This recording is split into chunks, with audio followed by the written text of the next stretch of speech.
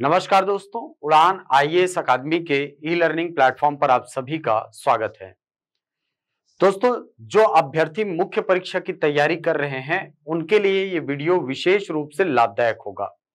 इस वीडियो के अंतर्गत हम हिंदी भाषा में आंसर राइटिंग आपको कैसे करनी है मुख्य परीक्षा के अंतर्गत, इस बात पर चर्चा करेंगे।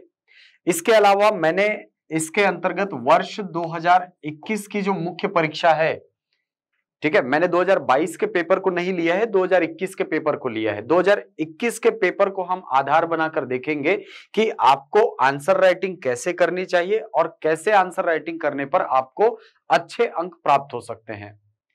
अब आपके मन में यह सवाल आ रहा होगा कि सर आपने 2022 का पेपर क्यों नहीं लिया, 2021 का पेपर क्यों लिया? तो इसका जवाब यह है कि 2022 का पेपर मैं आपके लिए बाद में लाऊंगा, लेकिन 2021 ऐसा साल है जहां से हिंदी का प्रश्न पत्र का पैटर्न बिल्कुल बदल गया है।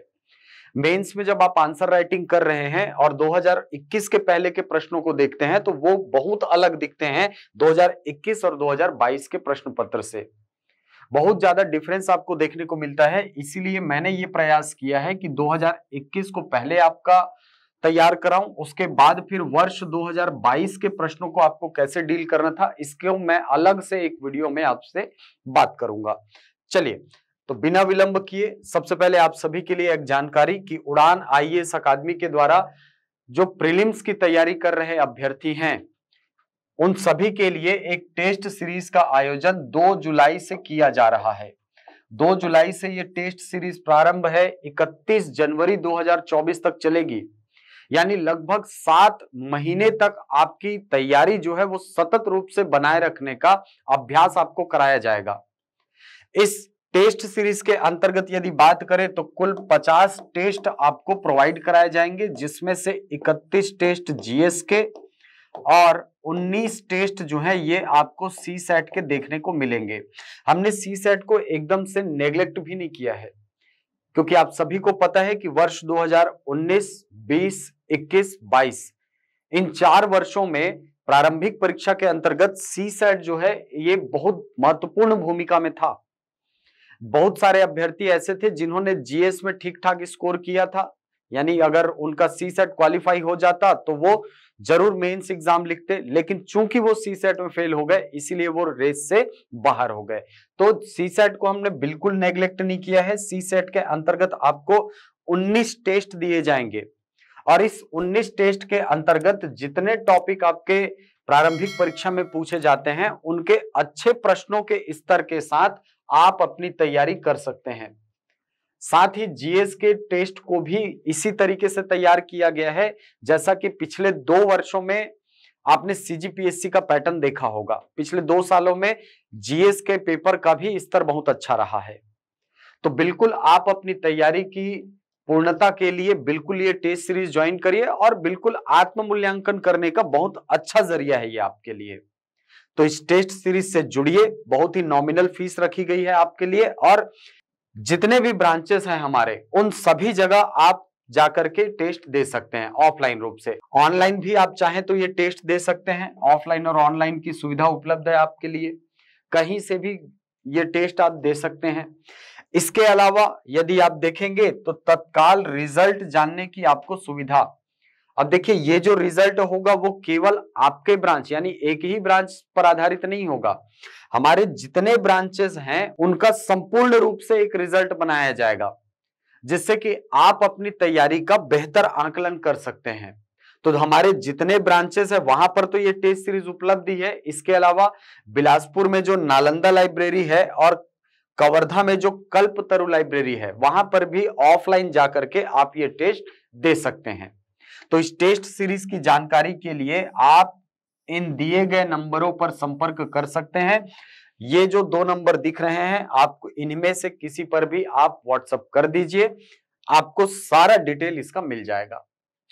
चलिए, तो बिना विलंब किए सबसे पहले 2021 मुख्य परीक्षा में हिंदी भाषा के अंतर्गत पहला प्रश्न पूछा गया था, देशज और अनुकरणवाचक शब्दों में अंतर स्पष्ट करते हुए प्रत्येक का एक एक उदाहरण लिखिए।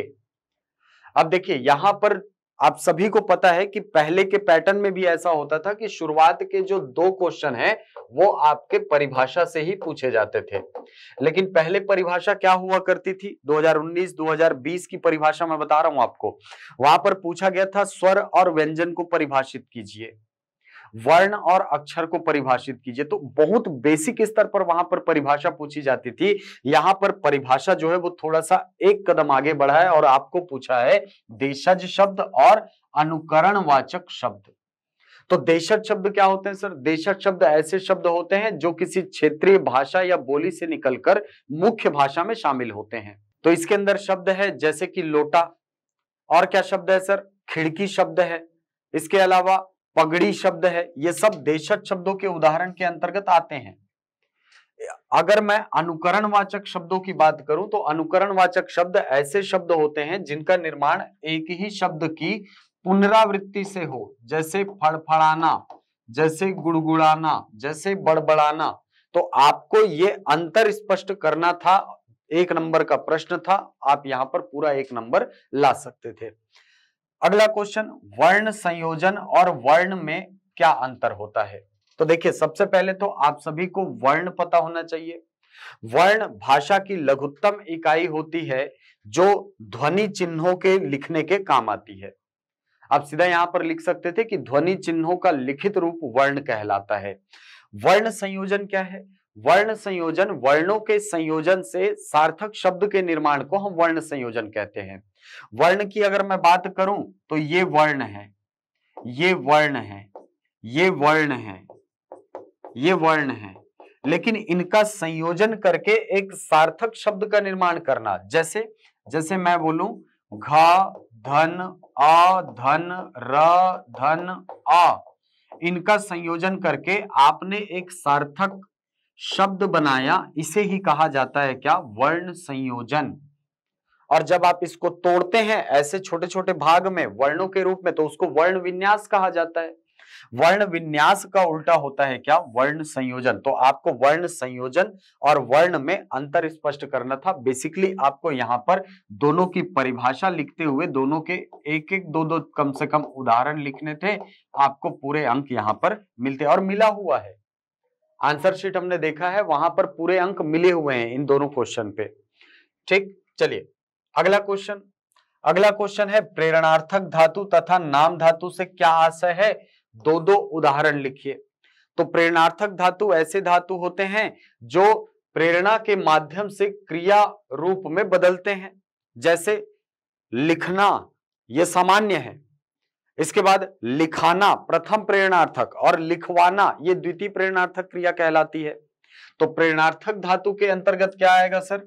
लिखाना, ये प्रेरणार्थक धातु है। और क्या है? लिखवाना, ये द्वितीय प्रेरणार्थक है। पढ़ना नहीं, पढ़ाना, पढ़वाना, ये प्रेरणार्थक धातु है, पढ़वाना। मिलना नहीं, मिलाना, मिलवाना, ये प्रेरणार्थक धातु है। ठीक, तो प्रेरणार्थक धातु असल में ये प्रेरणार्थक क्रिया है। प्रेरणार्थक क्रिया वह क्रिया होती है जिसमें प्रेरणा के माध्यम से कोई कार्य कराया जाता है। तो आप देखेंगे यहां पर लिखाना बोलने से मैं नहीं लिख रहा हूं, मैं बोलने के माध्यम से या शब्दों के माध्यम से आपको प्रेरित कर रहा हूं, आपको प्रेरणा दे रहा हूं कि आप लिखिए। तो लिखाना, लिखवाना, ये क्या है? ये प्रेरणार्थक धातु के अंतर्गत रखा जाएगा। पढ़ना प्रेरणार्थक क्रिया नहीं है। पढ़ाना, मेरे शब्द आपके पढ़ने के लिए प्रेरणा का कार्य कर रहे हैं। तो पढ़ाना, पढ़वाना, ये क्या है? प्रेरणार्थक धातु के उदाहरण है। अब नाम धातु की यदि बात करूं तो नाम धातु ऐसी क्रिया होती है, ऐसी क्रिया जो निर्मित होती है किससे? संज्ञा से या विशेषण से। तो यहां पर आप परिभाषा में लिख सकते थे कि जब कोई संज्ञा या विशेषण क्रिया रूप में परिणित हो जाता है तो उसे नाम धातु क्रिया कहा जाता है या नाम धातु कहा जाता है। जैसे हाथ शब्द से बन जाता है क्या? हथियाना। बात शब्द से बन जाता है बतियाना। लात शब्द से बन जाता है लतियाना। लाठी से बन जाता है लठियाना। तो ये है नाम धातु। आपको 2-2 उदाहरण लिखने थे। अगला क्वेश्चन, अव्यय किसे कहते हैं? संबंध सूचक अव्यय के दो उदाहरण लिखिए। अव्यय की यदि मैं बात करूं तो अव्यय प्रयोग के आधार पर जब आप शब्दों को 8 भाग में बांटते हैं तो नीचे के जो 4 शब्द हैं उन्हें कहा जाता है अव्यय। ठीक है, इसकी परिभाषा ये कहती है कि ऐसे शब्द जिन पर लिंग, वचन या कारक का प्रभाव नहीं पड़ता है, या ऐसे शब्द जो लिंग, वचन या कारक के प्रभाव से मुक्त होते हैं, वो क्या कहलाते हैं? अव्यय कहलाते हैं। संबंध सूचक अव्यय के दो उदाहरण, तो आपने परिभाषा लिख दी अव्यय की। आप चाहे तो इसके 4 प्रकार बता सकते थे, लेकिन इतना स्पेस नहीं होता है, मैं भी समझता हूं इसको, है ना। इसमें आप ये लिख सकते थे कि यह 4 प्रकार के होते हैं। इसमें संबंध सूचक अव्यय की यदि मैं बात करूं तो 2 उदाहरण आप देख सकते हैं। जैसे पानी के बिना मछली जिंदा नहीं रह सकती, या मछली पानी के बिना जिंदा नहीं रह सकती। यहां बिना शब्द जो है वो संबंध सूचक अव्यय है। इसके अलावा वह दिन भर काम करता है, तो भर वहां पर क्या है? संबंध सूचक अव्यय है। तो संबंध सूचक अव्यय जो है ये ऐसे अव्यय होते हैं जो संबंध स्थापित करते हैं किसी संज्ञा का वाक्य के अन्य भागों से। तो आपको केवल यहां पर क्या लिखना था? उदाहरण लिखना था। तो अव्यय की परिभाषा, संबंध सूचक अव्यय के 2 उदाहरण, इनके लिए 2-2, 3-3 लाइन दिया था, 3-3 लाइन दिया था इसके लिए, तो 3 लाइन में आप इसको अच्छे से लिख सकते थे। अब अगला क्वेश्चन जो है वो फिर परिभाषा से है। सामासिक अधिकरण शब्द किसे कहते हैं? 2 उदाहरण लिखिए। तो आप जब तत्पुरुष समास पढ़ते हैं तो तत्पुरुष समास के अंतर्गत अधिकरण जो तत्पुरुष पढ़ते हैं उसे ही कहा जाता है सामासिक अधिकरण शब्द। तो सामासिक अधिकरण शब्द ऐसे शब्द होते हैं जो कि अधिकरण तत्पुरुष के द्वारा निर्मित होते हैं। कैसे सर? जैसे आप इसकी परिभाषा में ऐसा भी लिख सकते थे कि जब समास की रचना में या समासिक पदों की रचना में दोनों पदों के मध्य से में या पर का लोप हो जाए तब उन शब्दों को सामासिक अधिकरण शब्द कहते हैं। जैसे आपको बोला कला प्रवीण, कला प्रवीण, तो इसका उदाहरण होता है कला में प्रवीण, कला में प्रवीण। इसके अलावा घुड़सवार शब्द है, घुड़सवार, तो घोड़े पर सवार, घोड़े पर सवार। अब ध्यान से यदि देखेंगे तो दोनों पदों के बीच से में या पर का लोप हुआ है। में या पर जो है ये अधिकरण का चिन्ह माने जाते हैं। आप सभी को पता है 8 कारक रचना जो पढ़ते हैं उसमें अधिकरण जो है ये भी होता है, और ये 7वें नंबर का होता है, जिसका चिन्ह क्या होता है? जिसकी विभक्ति होती है में या पर। तो जब सामासिक पद की रचना में दोनों पदों के बीच से में या पर का लोप होता है वहां पर सामासिक अधिकरण शब्द का निर्माण होता है। अगला, रीतिवाचक क्रिया विशेषण उपवाक्य की परिभाषा बताते हुए इसके 2 उदाहरण लिखिए। बहुत आसान सा प्रश्न था। आपको ऐसे उपवाक्य की रचना करनी थी जिसमें रीतिवाचक क्रिया विशेषण का उपयोग हुआ हो। अब ये रीतिवाचक क्रिया विशेषण क्या होते हैं सर? ऐसे क्रिया विशेषण जो क्रिया की विशेषता किसी कार्य के होने या करने के तरीके के आधार पर बताए। जैसे राम जल्दी जल्दी खाता है, राम जल्दी जल्दी खाता है क्योंकि उसे रायपुर जाना है, क्योंकि उसे रायपुर जाना होता है। तो यहां पर ये जो आपको उपवाक्य दिख रहा है, उपवाक्य मतलब 2 वाक्य होंगे जिसमें से एक वाक्य दूसरे पर आश्रित होता है। ऐसे वाक्य मिश्र वाक्य ही बनेंगे, याद रखेंगे मिश्र वाक्य बनेंगे, है ना। जब भी उपवाक्य यहां पर बात करें तो वो मिश्र वाक्य बनेगा। अब इसमें पहला जो वाक्य होगा उसमें आपको क्रिया विशेषण दिखाई पड़ेगा, और क्रिया विशेषण किस प्रकार का बोला है सर आपको? रीतिवाचक, यानी कार्य के होने के तरीके के आधार पर आपको विशेषता बताई जाएगी। तो क्या यहां पर ये जल्दी जल्दी शब्द खाने की विशेषता को बता रहा है? आप बोलेंगे हाँ सर बता रहा है। मतलब यहां पर ये जो उपवाक्य आपको दिख रहा है कॉमा के पहले, ये किस तरह का उपवाक्य होगा? ये रीतिवाचक क्रिया विशेषण उपवाक्य का उदाहरण होगा। इसे ही आपको लिखना था। ठीक, चलिए ऐसे प्रश्नों को सॉल्व करते समय मैं तो ये कहूंगा, देखिए 6 क्वेश्चन टोटल आपने अभी तक देख लिए जो कि परिभाषा से आए हुए हैं, और सब में यदि देखा जाए तो लगभग 1 से 2 नंबर सबके अंतर्गत डिस्ट्रीब्यूटेड है, यानी कोई परिभाषा 1 नंबर का, कोई 2 नंबर का। तो ऐसे प्रश्नों को सॉल्व करते समय आपके शब्दों का बड़ा ध्यान रखना होता है, आपको शब्दों पर बड़ा ध्यान रखना होता है। शब्दों का यदि आपको अच्छे से ध्यान है तो मान के चलिए कि इन प्रश्नों को आप आसानी से सॉल्व कर सकते थे। दूसरी चीज, आपके व्याकरण का ज्ञान भी आपको देखा जाता है ना, व्याकरण का ज्ञान, क्योंकि ये बहुत आसान प्रश्न नहीं है। मेरे हिसाब से ये बहुत आसान प्रश्न नहीं है, ये ऐसे प्रश्न हैं जो थोड़े से आपको एग्जाम में फंसा सकते हैं। ठीक है, यहां पर हम अगर सोचते रीतिवाचक क्रिया विशेषण बस को पढ़े, उसकी परिभाषा लिख दिए तो गलत हो जाएगा। रीतिवाचक क्रिया विशेषण उपवाक्य बोला है यहां पर, तो इस उपवाक्य की परिभाषा ये होगी कि जिस वाक्य के एक भाग में, है ना, या आश्रित भाग में रीतिवाचक क्रिया विशेषण का प्रयोग हुआ हो, उन्हें क्या कहा जाता है? रीतिवाचक क्रिया विशेषण उपवाक्य। ठीक, आपने परिभाषा बता दी, उसका उदाहरण लिख दिया, तो व्याकरण का ज्ञान भी आपका जरूरी है। मान के चलिए कि ये जो परिभाषा वाला सेक्शन, ये जो 2 परिभाषाएं आपने सबसे पहले देखी, फिर 2 और फिर 2, यहां पर अगर आप अच्छा स्कोर करना चाहते हैं तो आपके शब्द और व्याकरण दोनों में ही अच्छी पकड़ होनी चाहिए।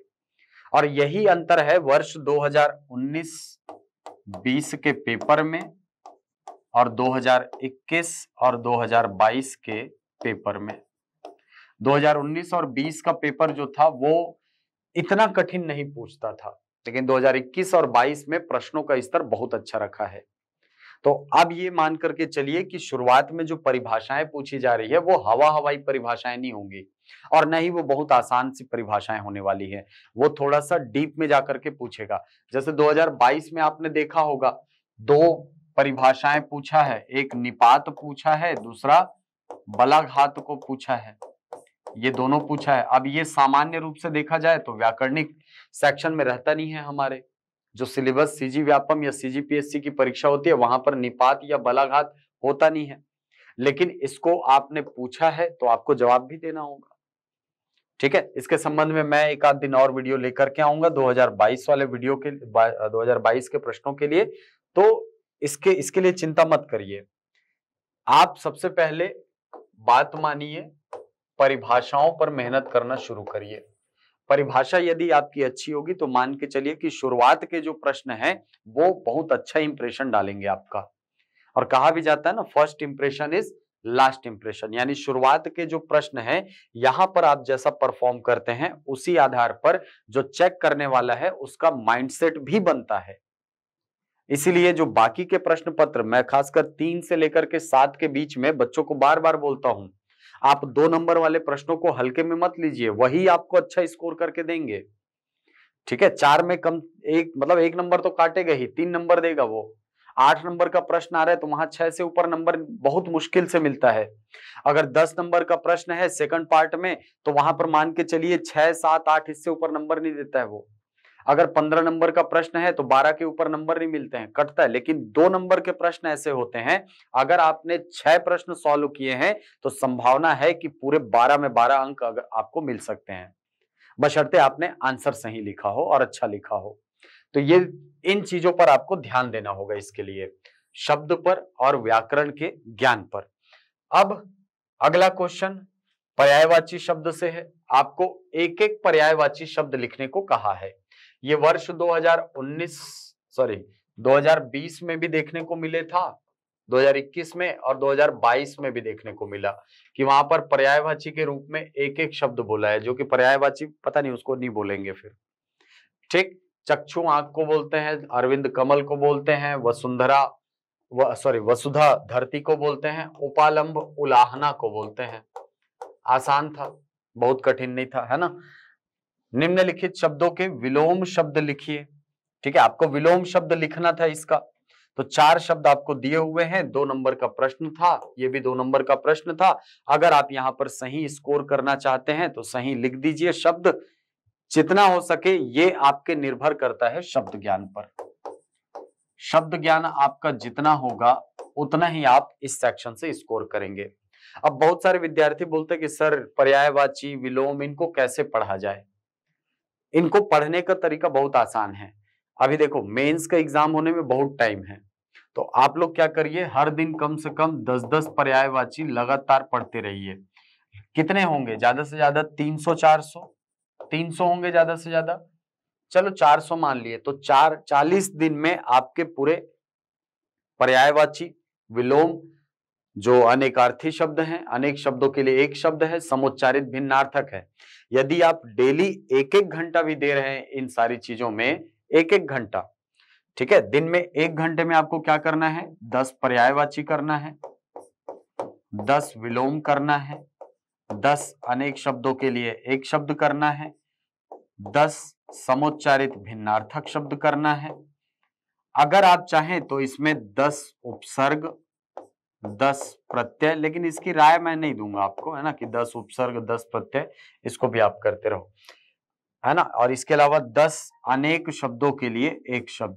तो इन 5 सेक्शन को यदि आप डेली एक एक घंटा दे रहे हो, पांचों मिला करके 1 घंटा, ठीक है, वो तो 1 घंटा मैंने बहुत ज्यादा बोल दिया, ठीक। अगर आप 1 घंटा दे रहे हो तो इसकी संख्या बढ़ा लो, 20 कर लो, 25 कर लो, जैसे श्रद्धा भक्ति आपकी, ठीक। तो पर डे यदि आप इतना कर रहे हो तो मान के चलो कि 300 शब्द होने में आपके 1 महीने से ज्यादा टाइम नहीं लगेगा, 1 महीने से ज्यादा टाइम आपको नहीं लगेगा। तो आप क्या करिए, इसको डेली बेसिस पे तैयार करने की कोशिश करिए। और मेरी राय तो ये होगी कि बेहतर होगा कि आप इसको लिख लिख करके याद करने की कोशिश करें। पेज थोड़ा बहुत भरेगा लेकिन बिल्कुल आपके लिए वो लाभदायक होगा, ठीक। चलिए आगे बढ़ते हैं। अगला क्वेश्चन आपके लिए, निम्नलिखित वाक्यांशों के लिए एक एक सार्थक शब्द लिखकर उन्हें वाक्यों में प्रयोग कीजिए, ठीक। तो कोई जिसका कोई शत्रु न जन्मा हो, आप सभी को पता है अजात शत्रु बोलते हैं। जो छाती के बल पर गमन करता हो, उरग बोलते हैं, आप सभी को पता है। जो पृथ्वी के गर्भ का हाल जानता हो, भूगर्भवेत्ता बोलते हैं। मुक्ति की इच्छा रखने वाला मुमुर्षु कहलाता है। तो ये बेसिक शब्द हैं जो आप पढ़ते हो, बहुत आसान से शब्द हैं। उरग पर्यायवाची होता है सर्प का, है ना, छाती के बल गमन करता है वो, ठीक। तो जिसका कोई शत्रु न जन्मा हो, इस तरीके से यदि आप इसको भी इसी पैटर्न में तैयार करते हैं, जैसे मैंने आपको बताया 10-10 शब्द यदि तैयार कर रहे हो तो ये बहुत आसानी से आपका बन जाएगा। इसके बाद अगला है तद्भव रूप लिखिए। हाँ, आप चाहे तो इसमें तत्सम तद्भव को भी ऐड कर सकते हैं, इसमें आप चाहें तो तत्सम तद्भव को आप ऐड कर सकते हैं, तद्भव और तत्सम शब्दों को बिल्कुल ऐड कर सकते हैं। 10-10 यदि पढ़ते जाओगे तो वो बहुत आसान हो जाएगा आपके लिए। और कोशिश आप ये करिए कि आप लिख लिख करके इसकी कोशिश करिए। इसकी जो प्रैक्टिस है वो आप कैसे करिए, लिख लिख करके कीजिए। लिख लिख कर यदि आप इसकी प्रैक्टिस करते हैं तो जब मेंस का पेपर होता है तो वहां पर गलती की संभावना कम हो जाती है। तो प्रैक्टिस करिए लिख लिख कर। अगला क्वेश्चन, निम्नलिखित शब्दों के तद्भव रूप लिखिए। अभी तो यही था, हाँ तद्भव रूप, क्वेश्चन रिपीट हो गया। चलिए अगला है, फिर से प्रश्न देखिए, परिभाषा से आया है, पूछा है अव्ययी भाव को परिभाषित करते हुए उसके 2 उदाहरण दीजिए। और परिभाषा पूछा है किससे, अव्ययी भाव समास से। इस बार 2022 में तत्पुरुष समास को पूछा हुआ है, ठीक। तो अव्ययी भाव समास को परिभाषित करते हुए आपको 2 उदाहरण लिखने, तो परिभाषा लिखनी थी आपको।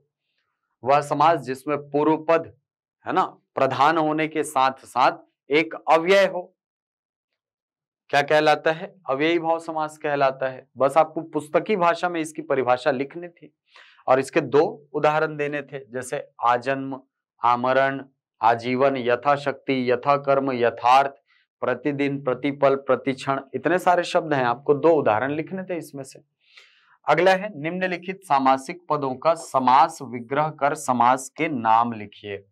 तो आपको इन सारे शब्दों के समास विग्रह करते हुए उसका नाम लिखना था, है ना। जैसे आनंद मग्न हो गया, श्वेत पत्र होगा, अष्टाध्यायी हो गया और चंद्रशेखर हो गया। तो इन सारे शब्दों के आपको समास विग्रह कर समास का नाम लिखना था।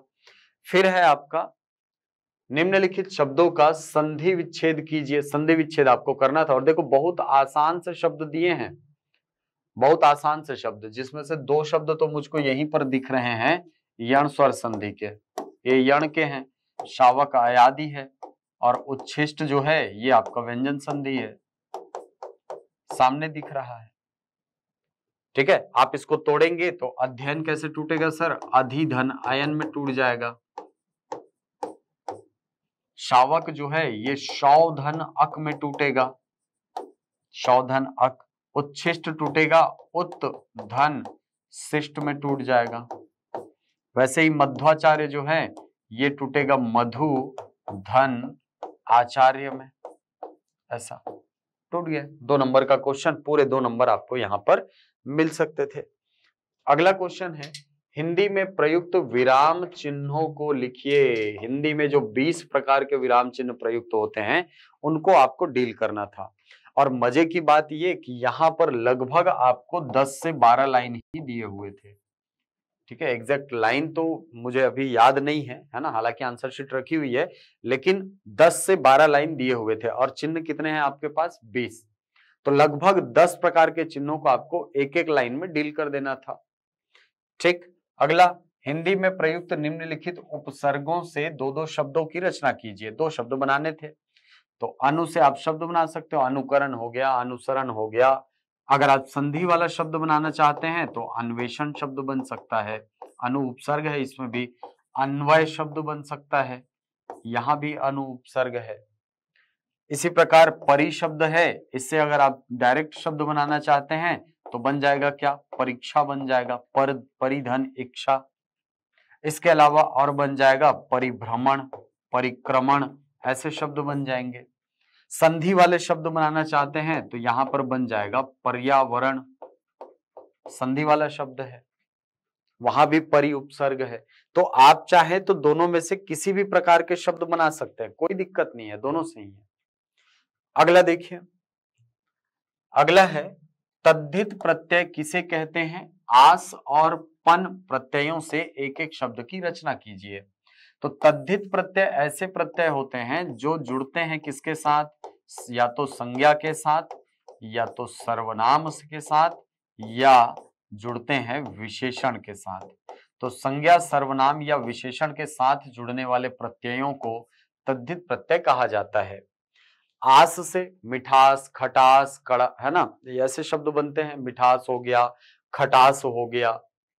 पन से जैसे अपनापन, ठीक है, अपनापन हो गया शब्द। इसके अलावा खट्टापन शब्द बन सकता है।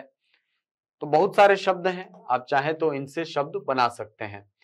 अच्छा क्वेश्चन था, आप चाहते तो इसमें ठीक ठाक स्कोर कर सकते थे, अच्छा स्कोर आ सकता था आपका।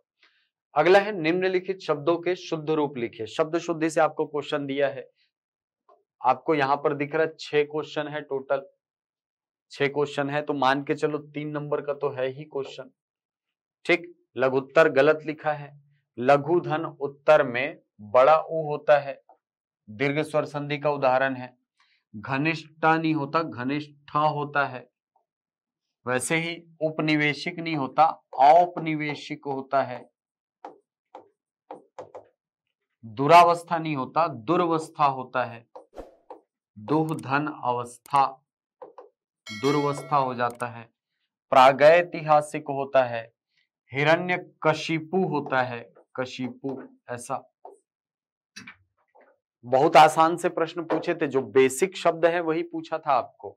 ठीक, चलिए, निम्नलिखित वाक्यों के शुद्ध रूप लिखिए। तो शुद्ध रूप, अब देखिए वाक्य की अशुद्धियां तो बहुत सारे प्रकार की हैं, आपको पहचानना होता है। जैसे संज्ञा संबंधी अशुद्धि, सर्वनाम संबंधी अशुद्धि, विशेषण संबंधी अशुद्धि, क्रिया विशेषण की अशुद्धि, लिंग संबंधी, वचन संबंधी, कारक संबंधी अशुद्धि, पदक्रम का दोष होता है, अधिक पदत्व का दोष होता है, ज्ञान शब्द ज्ञान संबंधी अशुद्धि। बहुत सारी प्रकार की अशुद्धियां हैं, लगभग 13-14 प्रकार की। और इन 13-14 में से आप यदि प्रैक्टिस किए हैं तो कोई भी क्वेश्चन आपके लिए कठिन नहीं होगा। आप कम से कम सभी प्रकार की जो अशुद्धियां हैं उसके कम से कम 5-5 वाक्य बिल्कुल तैयार करके जाइए, कम से कम। इससे क्या होगा? इससे हो सकता है कि वो क्वेश्चन आपको दे दे, वही क्वेश्चन आपको दे दे। जैसे यहाँ पर हमारे समाज के बीच अनेक कुरीतियां अब भी प्रचलित हैं, तो के बीच गलत है यहाँ पर कारक की अशुद्धि है, अधिक पदत्व का दोष है। हमारे समाज में अनेक कुरीतियां अब भी प्रचलित हैं, सही है, अब सही हो गया। के बीच के जगह हम क्या लिख देंगे, मी लिख देंगे। ठीक, चलिए, तो ये वाक्य शुद्धि वाला सेक्शन है और यहां से क्वेश्चन आपके आ सकता है। अगला है, निम्नलिखित मुहावरों का अर्थ लिखकर उनका वाक्यों में प्रयोग कीजिए। ये तो एकदम हर साल का पेटेंट क्वेश्चन, 3 नंबर का क्वेश्चन था और पूछता है इसमें कि जो मुहावरा है उसका अर्थ लिखिए और अर्थ लिखकर उसको वाक्य में प्रयोग भी कीजिए। और मजेदार चीज ये होता है कि इसमें केवल 1 लाइन ही दिया होता है, या ज्यादा से ज्यादा 2 लाइन दिया होगा। 1 लाइन में आप अर्थ लिखोगे, दूसरे में आप उसको वाक्य में प्रयोग करेंगे। तो 2 लाइन दिया होता है इसमें ज्यादा से ज्यादा। कई बार तो 2019 वाले पेपर में आप देखेंगे कि 1 लाइन बस दिए है और बोला है मुहावरे का अर्थ लिखिए और अर्थ लिखकर उसका वाक्य में प्रयोग भी कीजिए। तो इस प्रकार की त्रुटि ही बोलूंगा इसको सीजीपीएससी की, इस प्रकार की त्रुटि ना करे तो ज्यादा बेहतर है। ठीक, चलिए अगला है, पदबंध और उपवाक्य में क्या अंतर है? इसके अंतर को लगभग 100 शब्दों में सोदाहरण लिखिए, उदाहरण के साथ स्पष्ट कीजिए। तो आपको बस 2 लाइन खींचने थे, 1 लाइन खींचना था और इधर लिखना था पदबंध और इस तरफ लिख देना था आपको उपवाक्य, दोनों के बीच में अंतर लिखना था। इसके अंतर्गत यदि आप 5-6 उदाहरण भी लिखते, 5-6 अंतर लिखते उदाहरण के साथ, तो मुझे लगता है यहां से आप पूरे अंक उठा सकते थे। ठीक है, क्योंकि यहां से क्वेश्चन अच्छा पूछा हुआ है। अगला क्वेश्चन देखिए, भारतेंदु युगीन पत्रकारिता विषय पर लगभग 100 शब्दों में अपने विचार व्यक्त कीजिए। अब भारतेंदु युगीन पत्रिका बोल रहा है, मतलब हिंदी साहित्य का आधुनिक जो काल आता है, लगभग ये आता है 1900 विक्रम संवत, यानी 1843 ईस्वी के आसपास। 1843 ईस्वी से आपका भारतेंदु काल प्रारंभ होता है और ये जो भारतेंदु काल है ये बहुत सारी चीजों के लिए प्रसिद्ध रहा है। जैसे इस काल में आपको देखने को मिलेगा कि हिंदी में गद्य लेखन प्रारंभ होता है, खड़ी बोली में गद्य लेखन प्रारंभ होता है। भारतेंदु हरिश्चंद्र खुद बहुत बड़े नाटककार थे, आपने उनकी कहानी पढ़ी भी हो, नाटक पढ़ा भी होगा, है ना, अंधेर नगरी चौपट राजा, वो उन्हीं की कहानी है। इसके अलावा उनकी एक रचना है विशस्य विस्मौषधम, वो भी है। तो गद्य लेखन प्रारंभ होता है कहां से? भारतेंदु युग से। और क्या इसकी प्रसिद्धि रही है सर? तो इस काल में देशभक्ति से ओतप्रोत बहुत सारी रचनाएं आपको देखने को मिलेंगी, देशभक्ति से संबंधित बहुत सारी रचनाएं। और तीसरी चीज, इस काल को पत्रकारिता के उदय का काल कहा जाता है। हालांकि हमारे यहाँ पत्रकारिता जो है वो 30 मई 1826 से चालू हो गई है, हिंदी की पत्रकारिता, है ना। वैसे भारत में पत्रकारिता तो 1780 से जेम्स ऑगस्टस हिक्की से चालू हो गया है, लेकिन हिंदी की पत्रकारिता यदि मैं देखूं तो 30 मई 1826 से उदंत मार्तंड के साथ प्रारंभ हुई थी। उदंत मार्तंड एक पत्रिका थी जिसे हिंदी का पहला न्यूज़पेपर माना जाता है, यहां से हिंदी की पत्रकारिता प्रारंभ होती है। लेकिन ये तो सर इस काल में आता नहीं है। हाँ, इस काल में नहीं आता। ये जो काल है, मैंने इसका जिक्र इसलिए किया क्योंकि उदंत मार्तंड जो है ये ऐसी पत्रिका थी जिसने बाद के जो साहित्यकार हैं या बाद के जो पत्रकार हुए हैं उनको बहुत ज्यादा प्रोत्साहित किया। उनको ये लगा कि जब एक भारतीय न्यूज़पेपर चला सकता है तो हम क्यों नहीं चला सकते हैं। इसी काल के बाद आप देखिएगा धीरे धीरे करके बहुत ज्यादा क्षेत्रीय स्तर पर भी पत्रिकाओं का प्रारंभ होता है और सन 1900 में छत्तीसगढ़ मित्र की पत्रिका निकलती है। तो ये प्रोसेस धीरे धीरे हुआ है। ठीक, तो 1843 ईस्वी के आसपास यदि आप देखें तो यहां पर पत्रकारिता जो है ये बहुत अच्छे तरीके से होने लगी। इस काल में भारतेंदु हरिश्चंद्र ने खुद 2 पत्रिकाएं निकाली, एक पत्रिका जिसे हरिश्चंद्र टाइम्स कहा जाता है और एक पत्रिका जो कि मेनली स्त्रियों पर बेस्ड थी, महिलाओं पर, बाला बोधनी नाम था उसका, है ना, बाला बोधनी पत्रिका थी, स्त्री विषयक पत्रिका कहा जाता है उसे। तो वो भारतेंदु युगीन पत्रिका की बहुत मतलब उसका बहुत अच्छा उदाहरण है। इसके अलावा इसी काल में आपको बहुत सारे ऐसे ऐसे पत्रकार मिलेंगे जिनका नाम आपने पत्रकारिता में तब सुना होगा जब किसी किसी पुरस्कार का नाम आता है। जैसे गणेश शंकर विद्यार्थी का नाम सुना होगा, वो भी आपको इसी काल में देखने को मिलेंगे। ईश्वरचंद विद्यासागर इसी काल में आपको देखने को मिलेंगे। तो बहुत सारे साहित्यकार हैं जिन्होंने न्यूज़पेपर निकाला, और इसीलिए ये जो काल है इसकी पत्रकारिता आपके एग्जाम के लिए इंपॉर्टेंट हो गई है। इसीलिए आपको क्वेश्चन दिया है भारतेंदु युगीन पत्रिका पर टिप्पणी लिखिए। ठीक, चलिए, तो ये क्वेश्चन आपको डील करना था। अच्छा क्वेश्चन था, इसकी प्रैक्टिस जरूर कीजिएगा आप, क्योंकि पत्रकारिता तो पढ़ते ही है ना, पत्रकार और उनकी पत्रिका पढ़ते ही हैं, पत्र पत्रिकाएं आप पढ़ते ही हैं। तो इसको भारतेंदु युग के संदर्भ में विशेष रूप से तैयार कीजिएगा। अगला देखिए, छत्तीसगढ़ के निम्नलिखित साहित्यकारों की एक एक रचना का नाम लिखिए। तो 3 साहित्यकार हैं, गोपाल मिश्र सुदामा चरित लिख देते, है ना, खूब तमाशा लिख देते। हरि ठाकुर सुरता के चंदन, लोहे का नगर इनकी फेमस रचना है।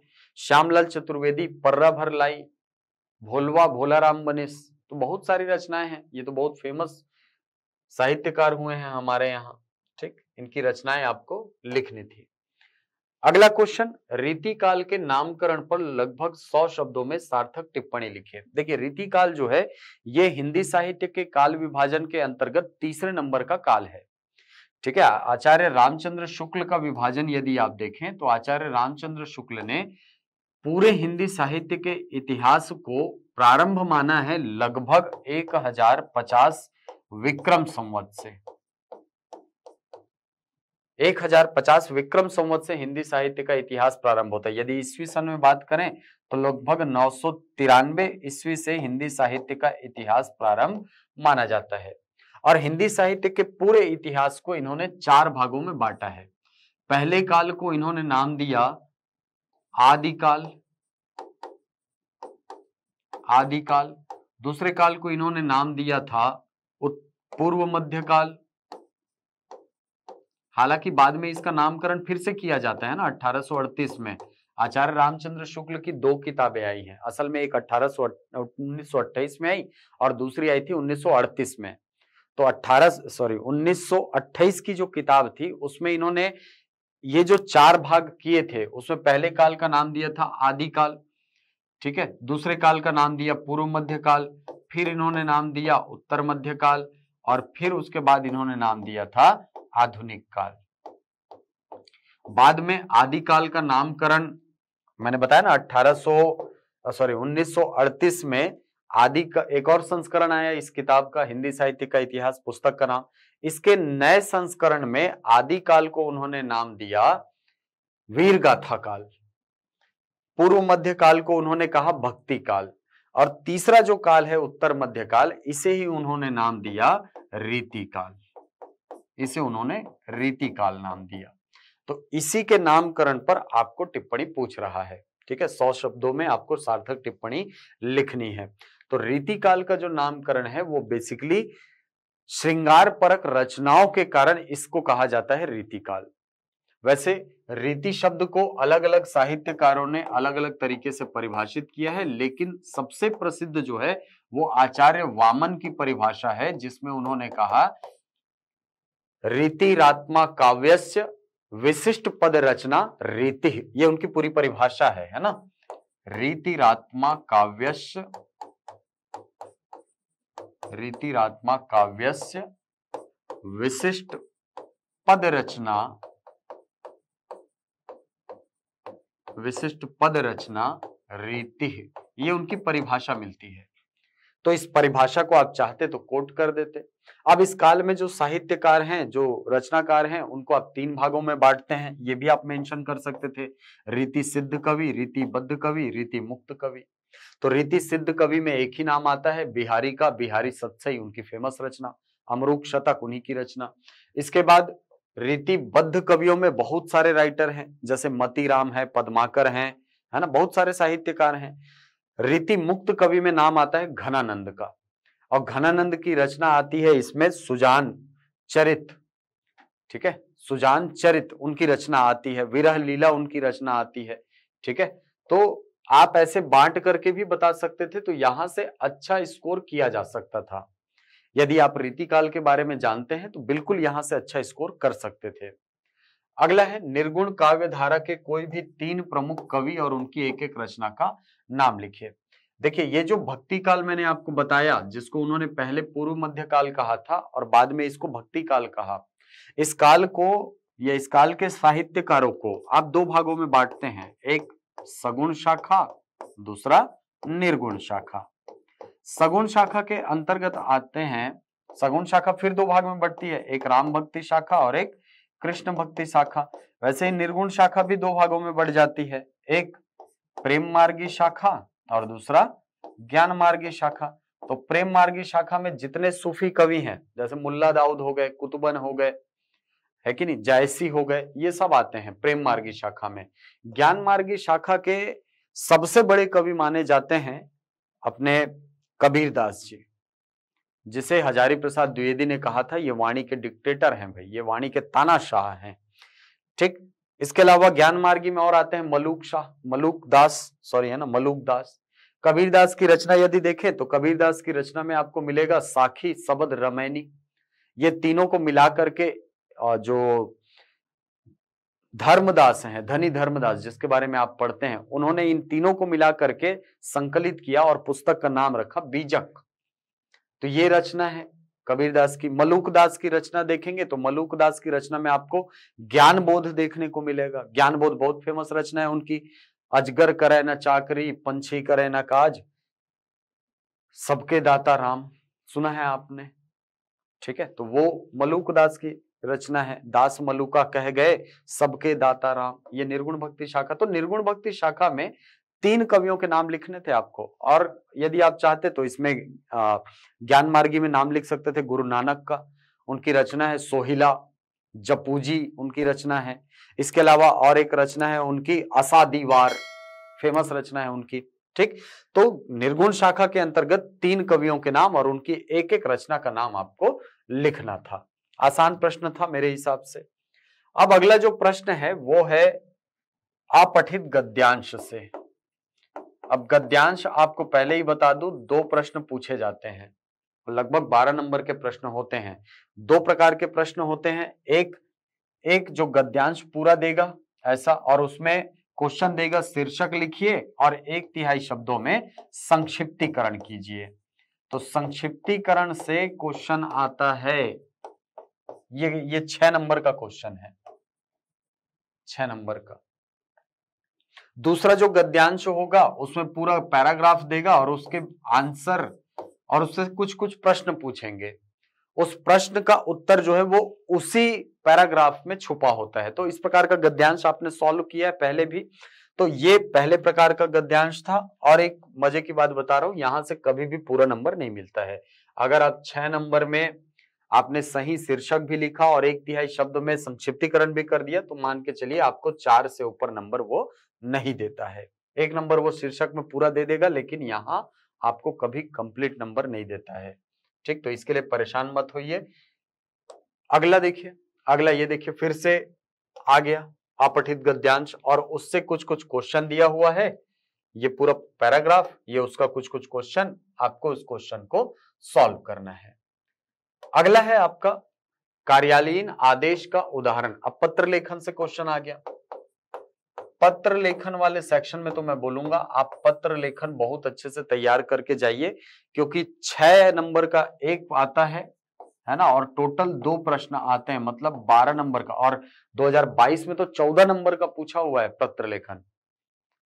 14 नंबर का पत्र लेखन मतलब बहुत बड़ा सेक्शन होता है। पर्यायवाची उतने नहीं पूछते जिसके पीछे आप लोग पागल होते हो, ये पूछता 12-14 नंबर का। विलोम शब्द उतना नहीं पूछता है जितना ये पूछता है। ठीक है, वहां पर तो उन सबको मिलाओगे तो ले दे के उतना पहुंचेगा, ये अकेला 12-14 नंबर का होता है। तो इसकी प्रैक्टिस बिल्कुल कीजिए। पत्र लेखन बहुत इंपॉर्टेंट है। जितने भी शासकीय पत्र हैं उन सबको तैयार कीजिए। जैसे यहाँ पर कार्यालयीन आदेश दिया है, इसके नीचे आपको दिया है क्या, ज्ञापन। और ज्ञापन प्रस्तुत करने के लिए कहा गया है, यानी प्रारूप प्रस्तुत करने के लिए कहा गया है। ठीक, तो ये क्वेश्चन है आपके लिए। अगला है अंग्रेजी में अनुवाद करना है इन शब्दों का। आकस्मिक व्यय, मुख्तारनामा, कार्यालय ज्ञापन, कुल नाम और अवकाश पीठ। तो इन सारे शब्दों को आपको अंग्रेजी में अनुवाद करना है। तो याद रखिएगा कार्यालयीन शब्द जो हैं, कार्यालयीन जो शब्दावली है ये आपके एग्जाम के लिए इंपॉर्टेंट है। चलिए आगे बढ़ते हैं। अगला है अनुवाद। हिंदी में अनुवाद कीजिए। लगभग 5-6 नंबर का प्रश्न आता है, ये 5 नंबर का लगभग रहेगा। और यहाँ पे भी आपको कभी पूरा नंबर नहीं देगा, वो 3, 3.5, 4 इसी के बीच में आपको झुलाता रहेगा बार बार। ठीक, क्योंकि वो मुझे नहीं लगता कि वो पूरा पढ़ता भी होगा यार, वो पूरा पढ़ता भी नहीं होगा इसको चेक करने के टाइम में। ठीक है, क्योंकि अगर पूरा पढ़ करके नंबर देता तो कई लोग इसका सही लिख करके आते हैं। आज तक मैंने यहां पर पूरा नंबर नहीं देखा है। 3, 3.5 मैक्सिमम हो गया तो 4 भी नहीं देखा हूं वैसे मैं अनुवाद में। वो अनुवाद वाले में कब 4 में 4 या 5 में 5 मिलता था, जब एक लाइन देता था अनुवाद करने के लिए। ऐसे 5 क्वेश्चन देगा आपको, उसका अनुवाद कीजिए करके, तो वहां अगर पांचों सही लिखे तो पूरे 5 नंबर मिलते थे। लेकिन जब भी पैराग्राफ में ऐसे अनुवाद करने के लिए कहा जाता है तो मान के चलिए वो नंबर काटने के लिए रखा गया है ये सेक्शन। ठीक, चलिए तो ये आपके 2021 के प्रश्न का विश्लेषण था। अब पूरे प्रश्न पत्र को यदि मैं देखूं तो लगभग 60% हिस्सा जो है ये आपका व्याकरण से आया हुआ है। पूरे हिस्से का लगभग 60% हिस्सा किससे आया है? व्याकरण से। इसके अलावा बाकी का जो 40% हिस्सा है उसके अंतर्गत शामिल है क्या? एक तो पत्र लेखन शामिल है, दूसरा काल विभाजन शामिल है, हिंदी का काल विभाजन। इसके अलावा अलग अलग जगह पर आपने देखा कुछ रैंडम प्रश्न भी दिए हैं। ठीक है, तो लगभग इन तीनों सेक्शन को मिला करके 40% जो है ये आपका हिंदी प्रश्न पत्र में पूछा जाता है। अब अधिकतम अंक यहां से कैसे लाए जाए सर? तो देखिए व्याकरण वाला हिस्सा अभी अगर नए पैटर्न की बात करूं तो लगभग 60 में से 20 से 25 अंक जो है ये आपके केवल परिभाषा वाले सेक्शन से पूछ रहा है, केवल परिभाषा से 20 से 25 अंक। और यहां पर आप बोलेंगे कि हमको पूरे में पूरा नंबर मिल जाए तो उतना पॉसिबल नहीं है, क्योंकि बीच बीच में आपने इस प्रकार के प्रश्न भी देखे हैं, जैसे पदबंध है ना, जैसे यहां पर आपको मैं दिखाता हूं, पदबंध और उपवाक्य में अंतर, 100 शब्दों पर टिप्पणी लिखिए। अब ऐसे प्रश्नों को एकदम सटीक शब्दों में लिख पाना, वो भी उतने प्रेशर में, जब आपका पहला पेपर है तो वहां पर मुझे लगता है कि कहीं ना कहीं थोड़ी बहुत गलतियां हो ही जाती हैं यार, जाने अनजाने हो जाती है। तो मैं ये कहूंगा कि ये जो 20 में से 20 या 25 अंक है, इसमें से लगभग 15 से 20 अंक आप अर्जित कर सकते हैं, लगभग कर सकते हैं अगर आपकी परिभाषा अच्छी है, क्योंकि मैंने किया है ये। ठीक है, आपको किसी दिन आंसर शीट में दिखाऊंगा, उसमें मुझे अच्छे खासे नंबर मिले परिभाषाओं में। ठीक, इसके बाद ये परिभाषा वाला सेक्शन हो गया। इसके अलावा जो शब्द ज्ञान वाला सेक्शन है, शब्द ज्ञान, वहां से आपके क्वेश्चन आए हुए हैं। शब्द ज्ञान जैसे पर्यायवाची हो गया, समुच्चारित भिन्नार्थक हो गया, विलोम शब्द हो गया, अनेक शब्दों के लिए एक शब्द हो गया, ये सब मिला करके लगभग 30 अंक का आपको प्रश्न पूछा है, लगभग 30 अंक का सारा व्याकरणिक पोर्शन है ना, उपसर्ग, प्रत्यय, संधि, समास सब मिला के बोल रहा हूं मैं, लगभग 30 अंक का प्रश्न पूछा है। इस 30 में यदि आप चाहते तो पूरे के पूरे 30 में से 30 तो मैं नहीं बोलूंगा, लेकिन 28-29 अंक आप ला सकते थे, लगभग 25 से ऊपर तो ला ही सकते थे। क्योंकि व्याकरण में क्या है, आप यदि विलोम सही लिखे हो तो आपको पूरा नंबर मिलेगा, यदि आपने पर्यायवाची सही लिखा है तो आपको पूरा नंबर मिलेगा, यदि आपने संधि विच्छेद सही किया तो आपको पूरा नंबर मिलेगा, समास का नाम सही लिख दिया तो पूरा नंबर मिलेगा, मिलता है ये नंबर। इसीलिए मैं कह रहा हूं कि लगभग अगर आप नहीं भी बोले ना तो 25 नंबर यदि आपने इसमें अच्छा बनाया है, 30 नंबर पूरा अच्छा बनाया तो 25 नंबर आपका कहीं नहीं गया। ठीक, अब यहां से यदि टोटल करें, ये जो सेक्शन है ये 40% वाला भाग, यहां पर आपके नंबर कटने की संभावना ज्यादा होती है। यहां पर यदि 40 नंबर का प्रश्न आ रहा है तो मान के चलिए ज्यादा से ज्यादा आप यहां पर 20 से 25 अंक ही ला पाएंगे, क्योंकि वो नंबर काटने के लिए सेक्शन रखा हुआ है अपने लिए। तो यहां से अगर आप अच्छा स्कोर कर लेते हैं हिंदी में अगर आप अच्छा स्कोर कर लेते हैं तो देखिए 100 नंबर का प्रश्न पत्र था, मैं 25 और 20 यानी 25 25 20 50 और 20 70 अंक यदि आपका इस प्रश्न पत्र में आ रहा है 2021 और 2022 वाले में, तो मैं कहूंगा ये अच्छा स्कोर है। 2021 में जिनका 70 नंबर के आसपास या 70 से 75 के बीच में आया है तो वो बहुत अच्छा स्कोर मानूंगा मैं, क्योंकि 2019 के बाद से जैसा कि मैं बता रहा हूं कि प्रश्नों का लेवल बढ़ा है। आपको 2019 के पहले ये सब प्रश्न देखने में भी नहीं मिले होंगे, ये सब प्रश्न, ऐसे प्रश्न देता ही नहीं था। अब इसके प्रश्न आपको पूछ रहा है, ठीक है। जैसे विराम चिन्ह हो गया, विराम चिन्ह अभी तक नहीं पूछा गया था लेकिन अभी पूछा, ठीक। इसके अलावा परिभाषा से और देखोगे आप तो परिभाषा में आपको ये सब देखने को मिलेगा। सामासिक अधिकरण क्या है, रीतिवाचक क्रिया विशेषण क्या है, हाँ, अव्यय क्या होता है, संबंध सूचक अव्यय का उदाहरण, प्रेरणार्थक धातु, नाम धातु, ये कठिन प्रश्न है। अगर आप 100 में से 70 ला रहे हैं मतलब बहुत अच्छा स्कोर है ये। तो अपनी तैयारी इतनी रखिए कि हिंदी में कम से कम, देखिए अपने को अटेम्प्ट तो पूरा 100 ऑन 100 करना है, पूरा 100% अपने को अटेम्प्ट करना है, लेकिन प्रयास अभी देखिए अभी टाइम है, तब तक प्रयास ये करिए कि जितना ज्यादा से ज्यादा हो सके हम अपने हिंदी को शार्प करें, क्योंकि हिंदी ऐसा विषय है जो हिंदी माध्यम के विद्यार्थियों के लिए पहले पेपर में तो काम आएगा ही, बाकी के 7 पेपर पूरे हिंदी में देने होते हैं। और उन 7 पेपर में यदि आपकी हिंदी अच्छी होगी तो मान के चलिए आपके नंबर की प्रायिकता भी उतनी ही बढ़ जाती है। तो ये इस प्रश्न पत्र का विश्लेषण था, इसके लिए मैंने 2021 के क्वेश्चन पेपर को आधार बनाया था। आशा करता हूं ये वीडियो आपके लिए लाभदायक सिद्ध होगा। कोई भी समस्या हो या कोई भी जानकारी हो जो आपको चाहिए तो आप बिल्कुल नीचे कमेंट बॉक्स पर कमेंट कर दीजिए और जुड़े रहिए हमारे YouTube चैनल से। मिलते हैं अगली वीडियो में कुछ नई जानकारियों के साथ, कुछ नए तथ्यों के साथ। तब तक के लिए धन्यवाद।